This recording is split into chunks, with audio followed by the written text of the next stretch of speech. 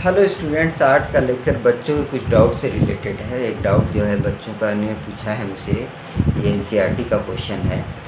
N electric field of uniform is given that E vector is equal to 200 i cap newton पर coulomb when x is greater than 0, मतलब positive direction of x axis. And E vector is equal to minus 200 i cap newton पर coulomb for x is less than 0। A right circular cylinder of length 20 centimeter and radius 5 centimeter has its center at the origin and its axis along the x-axis, so that one face is at x is equal to plus 10 centimeter and other face is x is equal to minus 10 centimeter। देखिए क्या क्या क्या इसमें प्यारे बच्चों calculate करना है। What is the outward flux through each face? दूसरे पार्ट में क्या कैलकुलेट करना है। What is the flux through the side of the cylinder? तीसरे पार्ट में क्या कैलकुलेट करना है। What is the net outward flux through the cylinder? और चौथे पार्ट में क्या कैलकुलेट करना है। चौथे पार्ट में कैलकुलेट करना है What is the net charge inside the cylinder? ये बच्चों सिलेंडर है, इसका एक्सिस आपका एक्स एक्सिस और ये लेफ्ट हैंड साइड है, ये राइट साइड है। लेफ्ट साइड फेस का कोऑर्डिनेट दिया है x इज इक्वल टू -10 और राइट साइड का x इज इक्वल टू +10। ये ओरिजिन है, इधर -10 हो गया, इधर +10 हो गया। कुल मिला करके जो इस सिलेंडर की लेंथ हो गई वो 20 सेंटीमीटर हो गई। राइट वाले फेस पर इलेक्ट्रिक फील्ड x एक्सिस के लाएंगे और लेफ्ट वाले फेस पर इलेक्ट्रिक फील्ड की डायरेक्शन x एक्सिस की डायरेक्शन के अपोजिट डायरेक्शन में। तो हमको चार चीज़ें इसके अंदर कैलकुलेट करनी है। क्या क्या कैलकुलेट करनी है। What is the net, what is the outward flux through each flat face. दूसरे नंबर पर what is the flux through the side of the cylinder. तीसरे नंबर पर what is the net outward flux through the cylinder. और चौथे number पर what is the net charge inside the cylinder. आइए देखते हैं कि इस तरह के क्वेश्चन का सलूशन हम लोग किस तरह से करते हैं। देखिए हम लोगों को पहले पार्ट के अंदर कैलकुलेट करना है what is the net outward flux through the each flat face. तो इसके अंदर दो फ्लैट फेस होगा, एक लेफ़्ट और एक राइट। अगर टोटलिटी में हम लोग इसकी लेंथ हम लोग देखेंगे तो 10 सेंटीमीटर -10 सेंटीमीटर इधर है और +10 सेंटीमीटर ये है और ये पॉइंट आपका ओरिजिन है। तो कुल मिला करके इसकी डिस्टेंस हो गई आपकी 20 सेंटीमीटर। इसको मीटर में हम लोग कन्वर्ट कर देंगे तो that is equal to 0.20 metre और इसका रेडियस 5 सेंटीमीटर मतलब 0.05 सेंटीमीटर। अब फ्लक्स बराबर होता है ई वेक्टर डॉट ए वेक्टर। तो चूँकि लेफ़्ट वाले फेस से हम लोग आ रहे हैं तो ई वेक्टर और एरिया वेक्टर बाहर की तरफ होता है into delta D S vector. E vector की वैल्यू बच्चों हम लोगों ने रख दिया है। ई वेक्टर की वैल्यू कितनी दी हुई है लेफ़्ट वाले फेस से -200 i cap into delta S vector. और ज़रा इसमें समझ लिया जाए i vector dot delta S vector की वैल्यू क्या होगी, क्योंकि आप एक फार्मूला जानते हैं A vector dot B vector is equal to A B cos theta. तो आई कैप यूनिट वेक्टर है, इसका मैग्नीट्यूड 1 हो जाएगा और ये हो जाएगा डी एस वेक्टर, ये इसका मैग्नीट्यूड डी एस हो जाएगा। अब ज़रा समझने की कोशिश कीजिए, अगर माइनस आई कैप नहीं आई कैप है यानी इसकी डायरेक्शन एक्स एक्सिस के लाने और जो डी एस वेक्टर है इसकी डायरेक्शन एक्स एक्सिस की डायरेक्शन के अपोजिट की। तो आई वेक्टर और आई कैप और डी एस वेक्टर के बीच का एंगल 180 डिग्री हो गया। तो यहाँ थीटा की जगह 180 डिग्री लिख देंगे और cos 180 डिग्री की वैल्यू -1 होती है। तो -1 से जब मल्टीप्लाई करेंगे तो वैल्यू आ जाएगी -ds। यानी इस पूरी क्वांटिटी की जगह हम लोग क्या वैल्यू सब्स्टिट्यूट कर सकते हैं -ds। तो +200 डेल्टा ds और इसका मतलब हुआ ये इसका एरिया और ये जो फेस है ये सर्कुलर है और सर्किल का एरिया होता है पाई आर स्क्वायर। पाई की जगह 3.14 हम लोगों ने रखा, आर की जगह कितना रख दिया 0.05 का स्क्वायर। तो 0.05 का स्क्वायर हमने किया कितना आया 0.0025। पाई की वैल्यू रख दिया, मल्टीप्लाई कर दिया, 2 0 डेसिमल इधर आ गया 0.25 इंटू 3.14 इंटू 2 से 0.25 में मल्टीप्लाई करेंगे तो प्यारे बच्चों 0.5 आ जाएगा। 0.5 को 1/2 भी लिख सकते हैं। 1/2 इंटू 3.14 इसका आधा कर देंगे 1.57। अब क्वेश्चन ये राइज होता है कि इसकी यूनिट क्या होगी। तो फाई के लिए फार्मूला होता है ई डॉट ए। ई की यूनिट हो जाएगी न्यूटन पर कूलम। ए एरिया है, एरिया की यूनिट हो जाएगी मीटर स्क्वायर। तो फाई की यूनिट होगी न्यूटन मीटर स्क्वायर पर कूलम। तो जितना लेफ्ट वाले फेस से आपका फ्लक्स का अटैच्ड होगा उतने ही राइट वाले फेस से भी फ्लक्स का अटैच्ड होगा, क्योंकि दोनों का एरिया आपका सेम है और ई की वैल्यू भी डिफरेंट नहीं है, बस ई की वैल्यू के अंदर डायरेक्शन का फ़र्क है। तो phi R is equal to 1.57 newton metre square पर कूलम। आइए अब इसका सेकेंड देखिए। इस क्वेश्चन के सेकेंड पार्ट में हम लोगों को कैलकुलेट करना है what is the flux through the side of the cylinder. इस सिलेंडर के साइड से मतलब इसके सर्कमफेरेंस से कितना फ्लक्स आपका अटैच्ड होगा। यहाँ एरिया वेक्टर इधर की तरफ ले लिए। एरिया वेक्टर सरफेस से परपेंडिकुलर बाहर, ये सरफेस है इससे परपेंडिकुलर ऐसे बाहर की तरफ है ये एरिया वेक्टर। और ये x इज लेस देन इधर 0 है तो इलेक्ट्रिक फील्ड इधर की तरफ होगी। अगर इधर एरिया एलिमेंट लिखते तो इलेक्ट्रिक फील्ड इधर की तरफ होती। लेकिन कुल मिला जुला करके ये कहा जा सकता है कि इलेक्ट्रिक फील्ड और एरिया वेक्टर के बीच का जो एंगल है वो एंगल 90 डिग्री का है। और फ्लक्स निकालने के लिए फार्मूला होता है phi is equal to E vector dot D S vector. और ई और डी एस के बीच का एंगल आपका कितने डिग्री का है, 90 डिग्री का। Therefore flux through the side of the cylinder.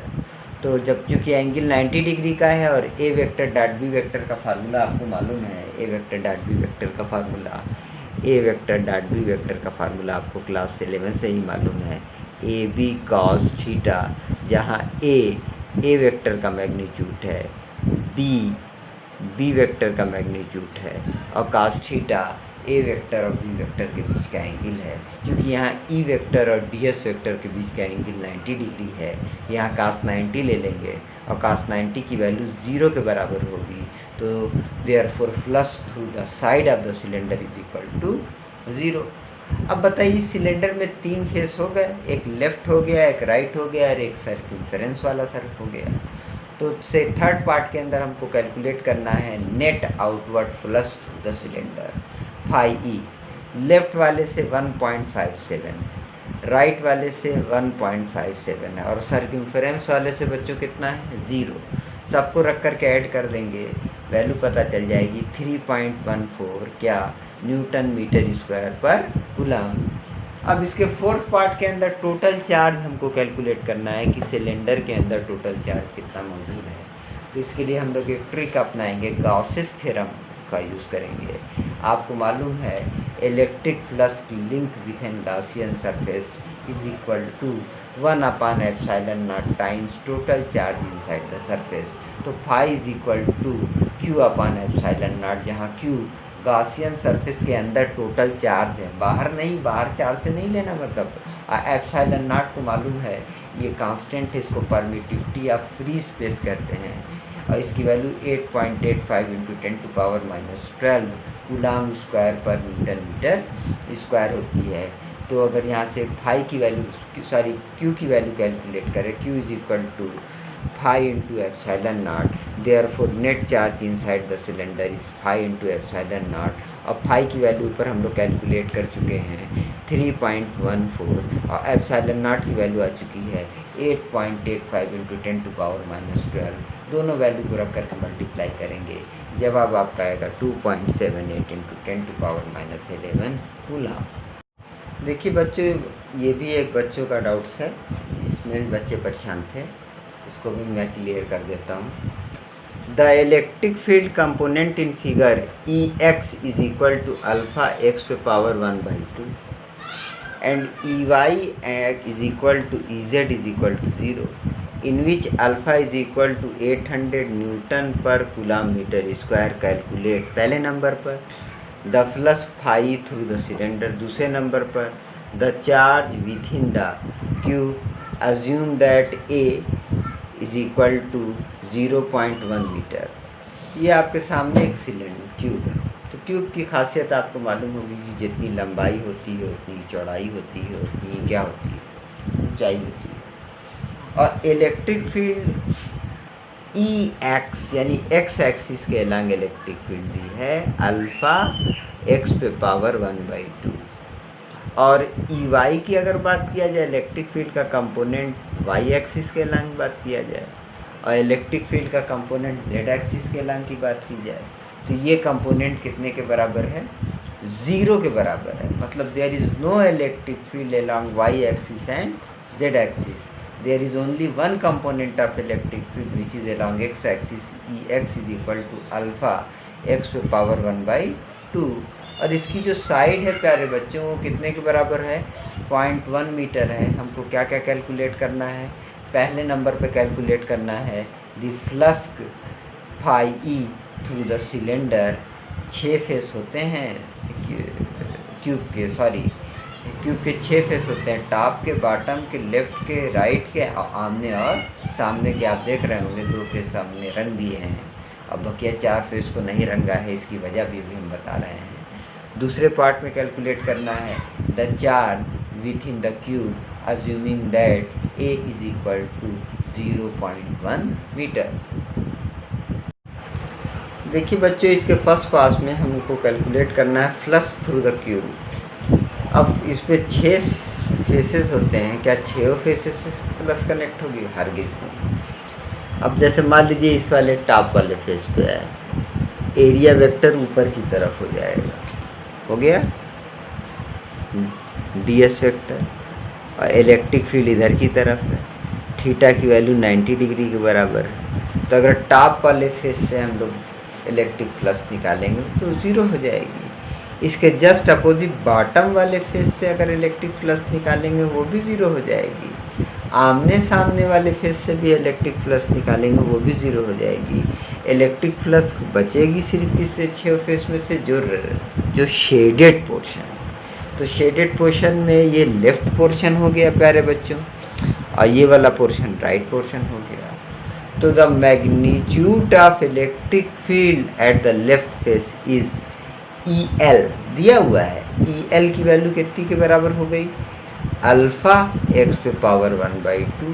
तो इससे कनेक्टेड प्यारे बच्चों हम लोग मैग्नेटिक फ्लक्स की वैल्यू को कैलकुलेट करेंगे, इलेक्ट्रिक फ्लक्स की वैल्यू कैलकुलेट करेंगे EL vector dot DS vector.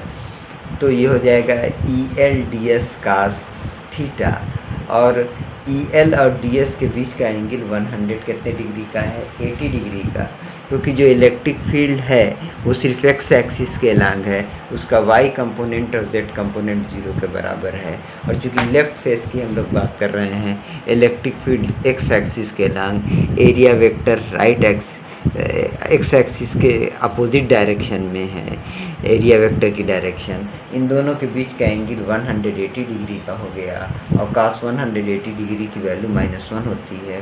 अगर लेफ्ट फेस का हम लोग एरिया निकालें तो ये एक स्क्वायर होगा, और स्क्वायर का एरिया होता है साइड स्क्वायर। क्योंकि इसकी साइड ए दी हुई है तो इसका एरिया हो जाएगा A², यानी वैल्यू आएगी इलेक्ट्रिक फ्लक्स की लेफ्ट फेस से -ELA²।